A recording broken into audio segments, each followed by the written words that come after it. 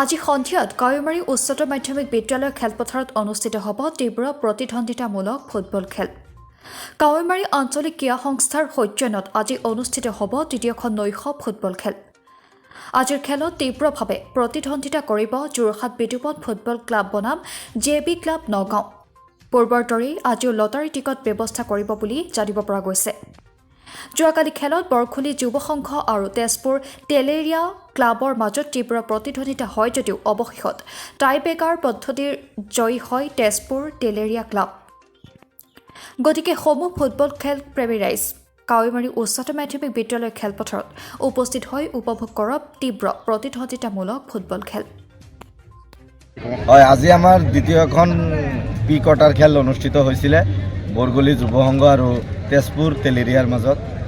তেজপুৰ তেলেৰিয়া টাইব্ৰেকাৰৰ সহায়ত জয়লাভ সাব্যস্ত কৰিছে।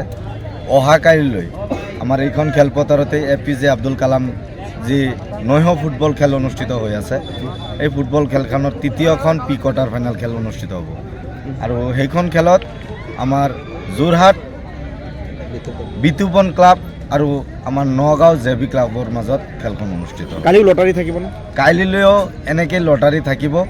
আজি যেনেকৈ দৰ্শক আহি পেলাই আমাক উৎসাহিত কৰিছে, সহায় সহযোগিতা কৰিছে, আমি আশা ৰাখিম অহাকালিলৈ এনেকৈ দৰ্শক আহি পেলাই আমাক যাতে সহায় সহযোগিতা উৎসাহ দিয়ে, আমি তাৰে কামনা কৰোঁ। অসমৰ বাহিৰৰ খেলুৱৈ থাকিবনে?